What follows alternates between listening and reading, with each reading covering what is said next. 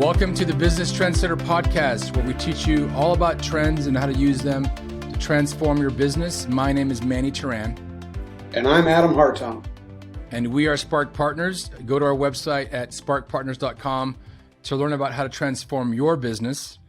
And of course, on the Business Trendsetter podcast, we discuss trends that are out there that affect your business. And today, I want to talk about the ominous Delta variant.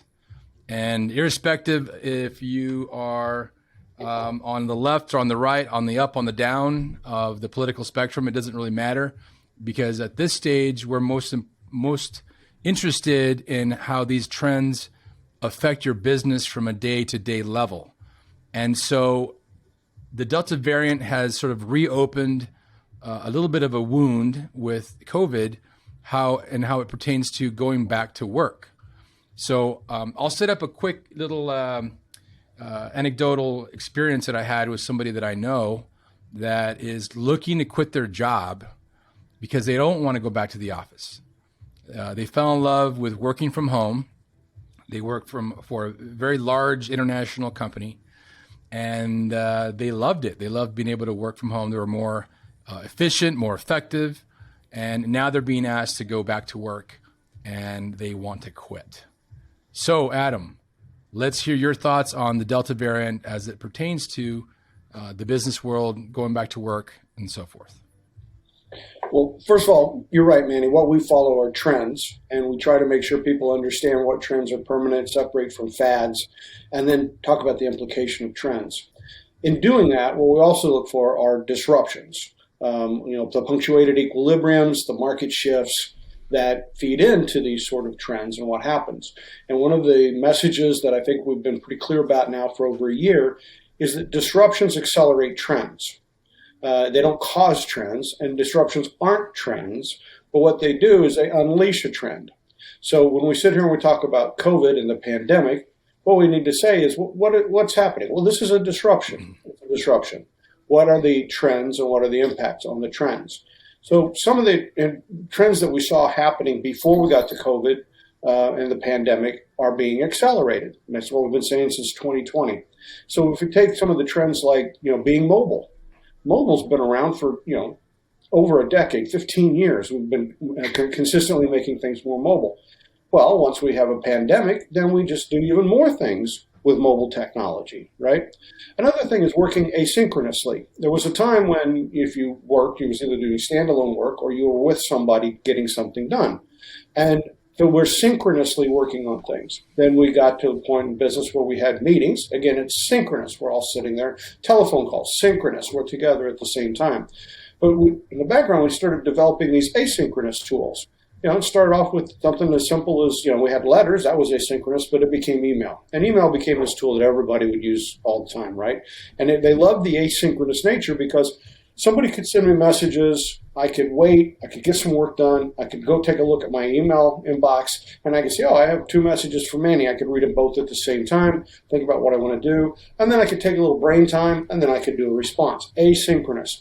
The asynchronicity of that allows me to be more productive doing my job, more productive with the incoming information, and more productive with how I want to respond. So those are the trends, mobile, asynchronous. What the pandemic did was obviously accelerated those. And it started saying, hey, you're going to be able to use this technology for mobile and asynchronous work even more. And the result has been a dramatic change in how we work. People started to realize that, in fact, a lot of times when we were in the office, we were just very sloppy. We didn't have an agenda planned out for our day. We had a few things on the agenda, but then we would kind of just let the day take over. Oh, Manny stopped by my office. Oh, I ran into Claude over here and had a conversation with him. Oh, Mary gave me a phone call, and I spent 20 minutes on that and then thought about something related to it. All just very, wildly happening without any sort of an agenda. Once we started working from home, those distractions dropped dramatically, right? We started to say, oh, okay, now if Mary tries to give me that call, I have to accept the call, determine if I want to take the call. I have more tools at my disposal to see if I can handle that communication asynchronously, or see if I need to get on the phone, we need to have it, or get onto Zoom or some kind of other video conferencing tool. But these tools have been there for a long time. Skype's been around for 15 years. FaceTime's been around for 15 years practically, and we've used it more or less. It's just that then when the pandemic came along, it accelerated our use. And that doesn't have anything to do with the government at all. It just happens that we had this disruption. We had a pandemic. The pandemic allowed these transitions, these market shifts to accelerate, and we're never going to go back. When the automobile came along, there were people who said, "Oh, this is it doesn't work. It's not reliable. You have to get fuel. It gets stuck in the mud. I depend on my horse." Yeah. Okay. Yeah. No, we never went back to that, right? No, and so we didn't. this is I think we have to come to grips. Everybody has to come to grips with the fact that we are going to work differently in the future, and there just seem to be some people who, for some reason, don't want to accept that big shift. Yeah, what's interesting is the pandemic. If you think about March of 2020, when the world shut down, and there was a lot of people saying that it was a 2 weeks or a month tops, and here we are, essentially a year and a half later, looking down the barrel of a kind of the same old new thing, and there's still people that are not fully realizing and capitalizing on that. And I hate the term, but people use this all the time, the new normal. The new normal is just the normal. Yeah. It's just what's happening already. It's just already in process, already in motion. And I would say for those listeners that are out there that are sort of still scratching their head about, okay, what is happening here? I think it's the new way of operating, which is the way of operating. And I think that working from home, the educational system is going to be drastically changed. I think the way that entertainment is consumed and produced is changing. And like you said, it's a punctuated equilibrium. It just caused sort of a reawakening of things that were already in the process of awakening.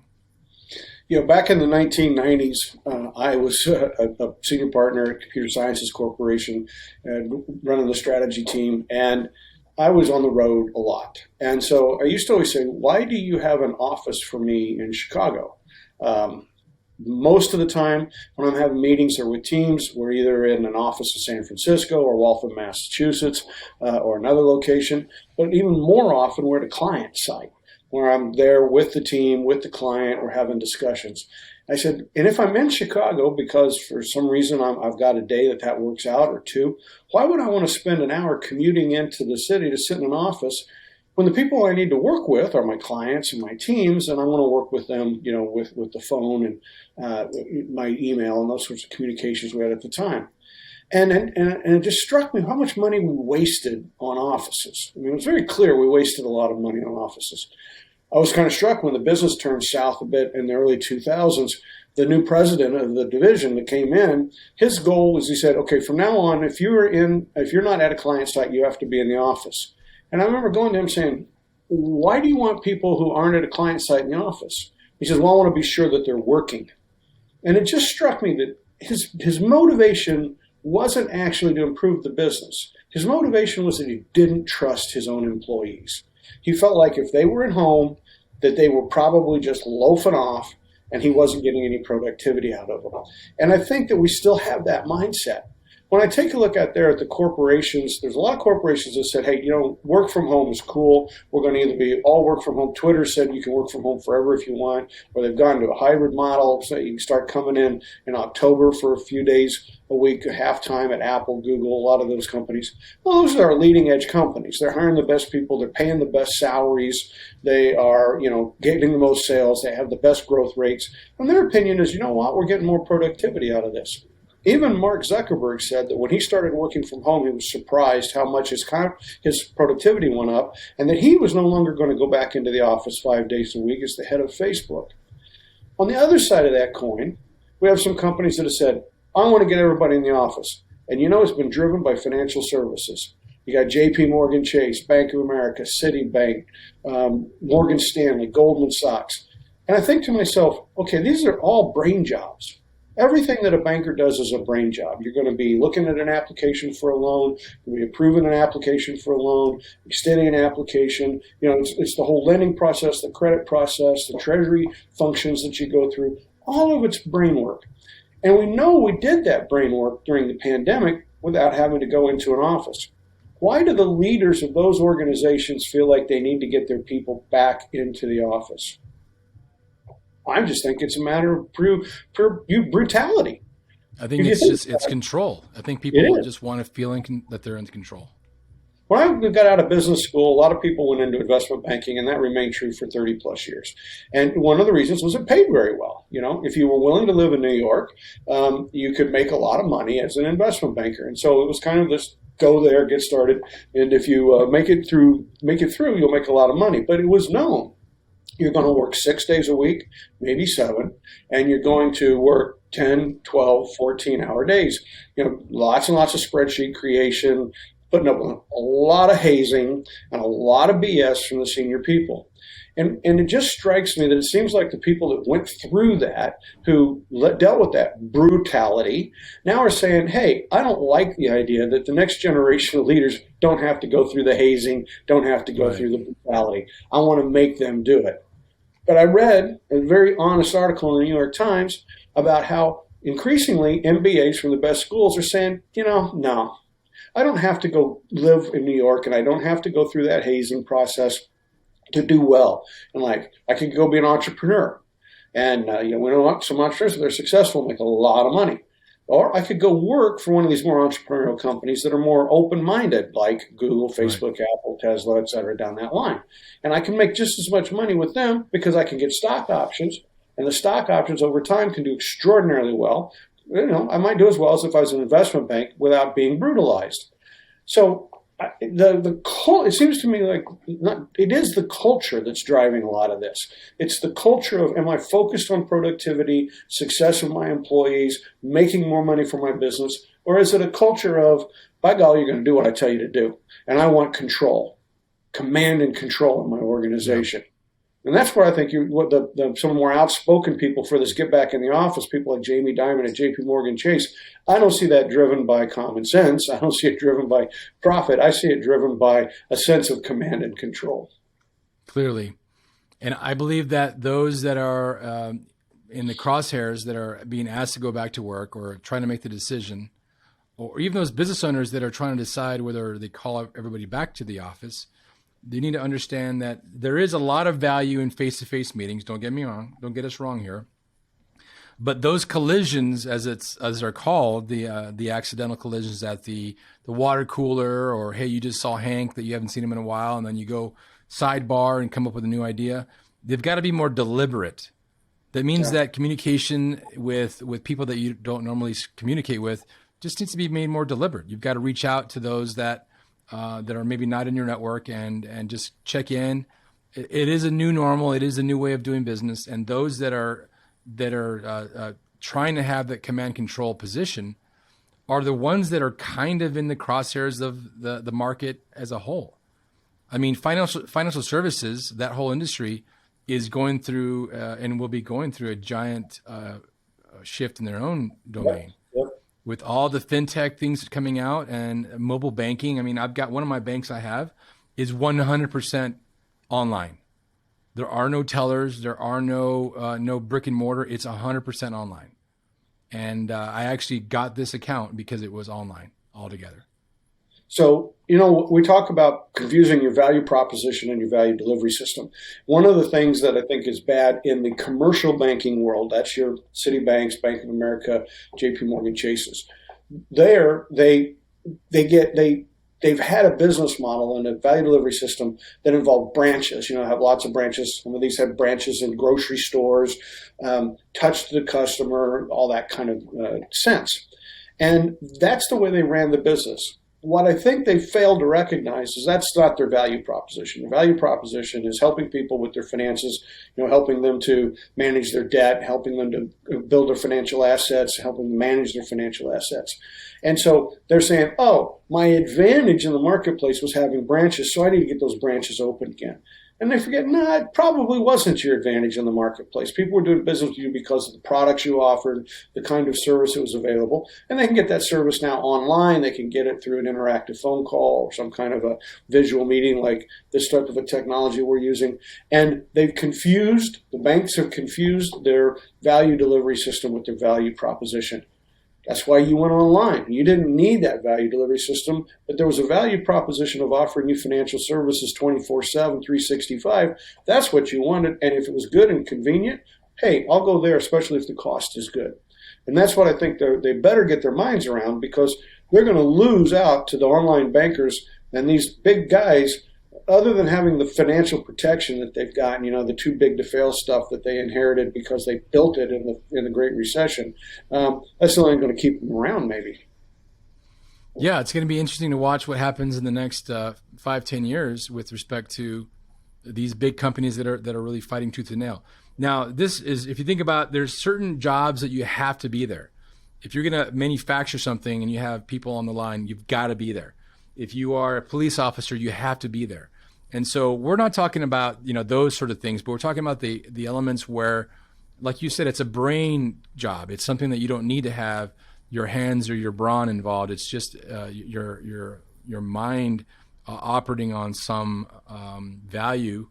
And that's all, even things like the doctor's office, even dentistry, believe it or not, a part of that is going back or going to online.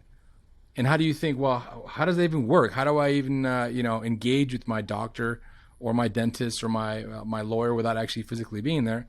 And that's, of course, technology is enabling that with new apps and new devices that are going to be able to look at if you have any cavities, right? It's all going to be upended here in the next 5 to 10 years.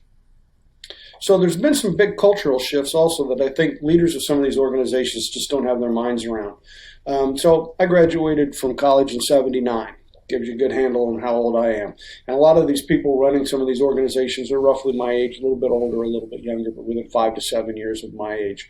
When I got out of business school, it was really important what job you took. Because if you took a job and you didn't like it and you quit, then it was very hard to get that next job. There had been this era in which people worked for a very long time. They went to work at a corporation, could be a General Motors, or it could be a bank, it could be a real estate development. But their thought was, I'm going to go there. And the thought was they would work their whole careers in that place, right? If you go back to the 40s after World War II, that was certainly the idea of careers. And the company man. The time went by and it's sort of like, well, maybe not your entire career, but you're going to stay there 20 years. You're going to stay there, build up your resume, build up your credentials. And then perhaps as the winnowing comes along, you may decide to get promoted. You have to leave and go somewhere else. But you didn't quit. If you were 2, 3, 5, 7, 9 years out of school and you quit a job and you sent your resume out to an executive recruiter, a lot of times you couldn't even get an interview because why are you unemployed? Well, because I quit. You quit? Well, you're unemployable. I mean, I could never put you in front of a possible employer. And they don't realize that's not the way it is now. Everybody out there under the age of 40 knows that they're going to work a few years somewhere. And that employer owes them nothing. The employer's not going to protect their job. No employer is going to try to keep people around for a long time. You're there to work, do a job, and then whenever the world shifts, if your job's not needed, you're going to be gone. So they don't have that sense of like, okay, it's terrible to quit. And they're ready to quit. They're ready to find a better employer. They're ready to find a better situation. And they don't have to go through Russell Reynolds or Spencer Stewart or some sort of a recruiting agency where a human interfaces and can say demeaning things to them. Rather, they're submitting a resume into a computer system, whether it be on LinkedIn or it be on Career Builder or any of these sites. It's a resume that gets fed in. And now a computer is making an awful lot of decisions about your employability, whether you fit a job. So it's changed dramatically in 40 years. I mean, just dramatically. The ability to, on one hand, you don't have employers promising loyalty, but that was never something they could fulfill anyway. Instead, you have more flexibility, more opportunity. So you start sitting there telling an employee, look, you will do this or else. In my generation, we did it. We couldn't. Yeah. If we got fired, that was nothing worse than quitting, was being fired. If you got fired, how do I explain how I got fired? But now it's not like that. Now it's kind of like, if you tell me I have to do this, hey, I'll quit and I'll go find a job somewhere else. Guess how many corporate jobs I had, Adam, from when I graduated college until I launched my own entrepreneurial endeavors? 2. 6. See? 6 corporate jobs.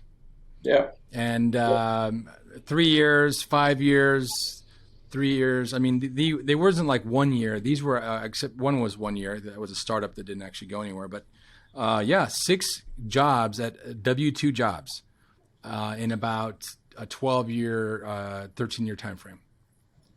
And I think the other thing people forget is the basic demographics. Just the demographics. When I was coming out of school, we had, we were scrambling for work, right? We had the recession of the 1980 recession. And, there was just the demographics of the aging of the population meant that we were always scrambling for work. We wanted to get a job. Well, this has changed. Now you have all these seniors that aren't working anymore. We've throttled down immigration. We haven't let people come in. We have, a need for workers. Just try to go out and get a house built and see how many carpenters you can find or plumbers you can find. The trades are just horribly understaffed. There's so many places where we need to hire people. And the workers have figured this out. They said, hey, the demographics, you started it with your generation. The demographics are more on my side. I'm smart, I'm capable, I'm hardworking, I'll do a good job. That's what I need to be able to project. I'll get a job and I'll do it, right? And so you can't force them to go to work. I heard a politician, Lindsey Graham in particular, he said that, we need to cut off unemployment and these things so we can force these people back to work. And he just is so out of step with that language and that thought process, because you're not going to get forced back to work. What we have now, you go to a restaurant, you see most restaurants around the country have signs up. They need waiters, they need waitresses, they need busboys, they need dishwashers, they need line cooks. They need these people, and they're saying, I can't get them. And, why not? Well, do you ever think about paying them more? I mean, you've been paying them low. They didn't have a living wage. Now they're saying, I'm not going to do that anymore. And honestly, you are not going to be able to run your restaurant, or you're not going to be able to staff your police department if you maintain the policies you had before. Because now we've had a pandemic. We've had a chance to sit back. We've looked at what's going on. We can look at the demographic changes. And we know that, in fact, you're going to help me be productive. You're going to help me live a good quality life, or I'm not going to work for you. And these are changes that are fundamental to society based on these trends around mobile, asynchronous, demographics, robotics, artificial intelligence. All of those things are heading off in that direction.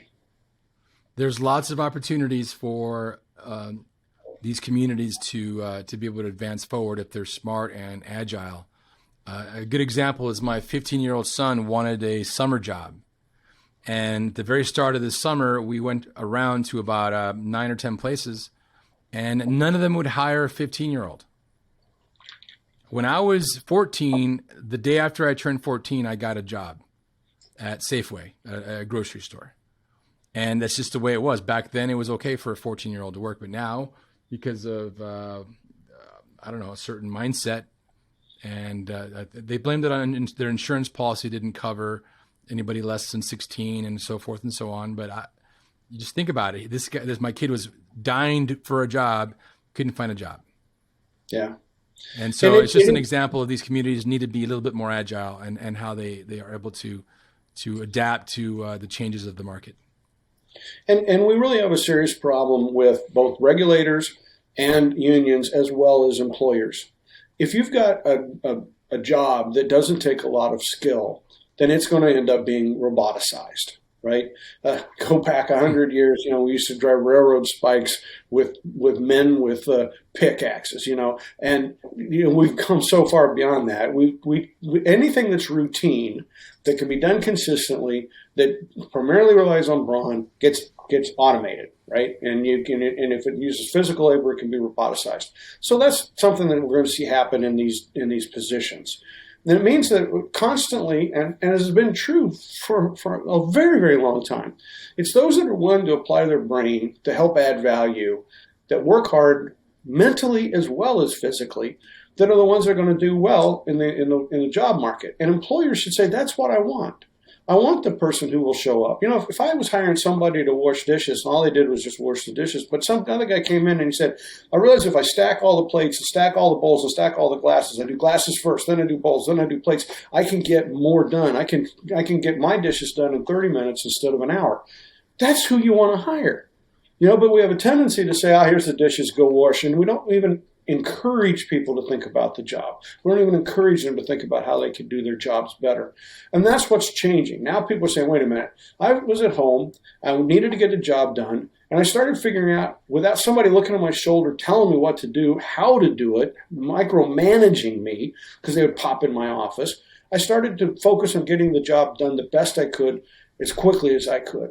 And now they're seeing that the productivity of the tools they have allow them to do that and use this tool, their brain, so that they can be able to get more done.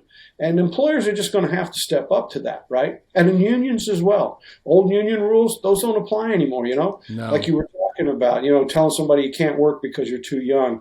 Or I remember when I was in college, I used to work at a grain elevator 7 days a week, 14 hours a day. If you worked all through the summer, at the end of the summer, you got a 25-cent per hour bonus because you didn't leave, you didn't quit in the middle. Heck, that's not even legal anymore. You can't make somebody work 7 days a week, all those hours, not pay them any overtime. And then the whole the immigration conversation as well.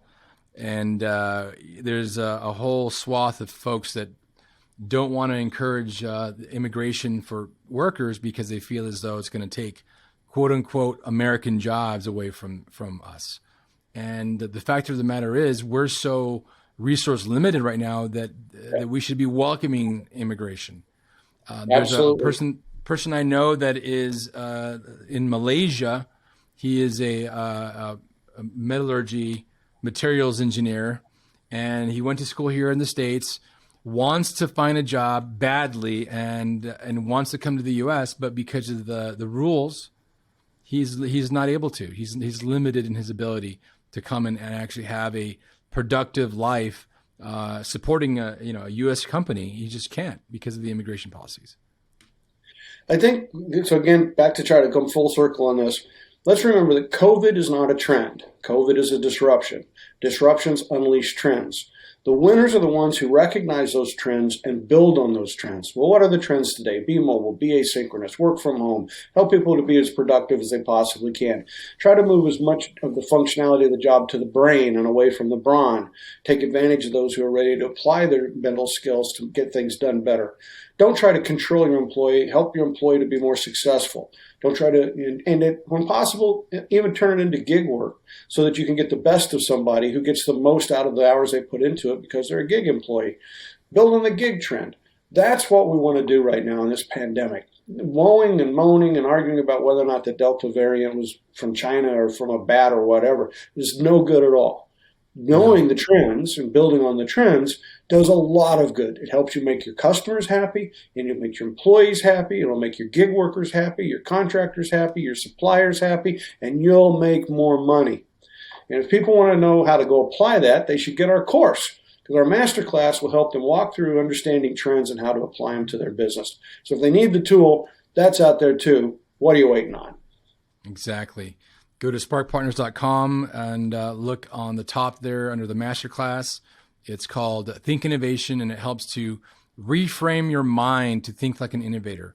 Innovators are able to look at trends. They're able to look at what's happening next and align their business to those trends so that they're viable and adaptable and relevant for the long term. You can be successful once or twice, but to have that long-term evergreen organization, you need some tools, and our course does that. This is also probably a good time to sort of talk about it very, very briefly, a new platform that we're releasing called Spark Partners Academy, which is a very foundational course that helps you to, if you have a small business, a medium business, to really understand, or even a startup for that matter, to understand that you're checking off all the right boxes. Have you done all of your right analysis? Do you know what social media marketing is all about? Do you understand how to read a P&L statement? Do you understand what sales is all about? Do you have a strategy? Very foundational things, and we'll be discussing that in the next couple of weeks as we release the Spark Partners Academy. Any final thoughts for us, Adam? Thanks a lot, Manny. Look forward to seeing you next week. All right, Adam, we'll talk to you later. Go to sparkpartners.com. This is Manny signing off.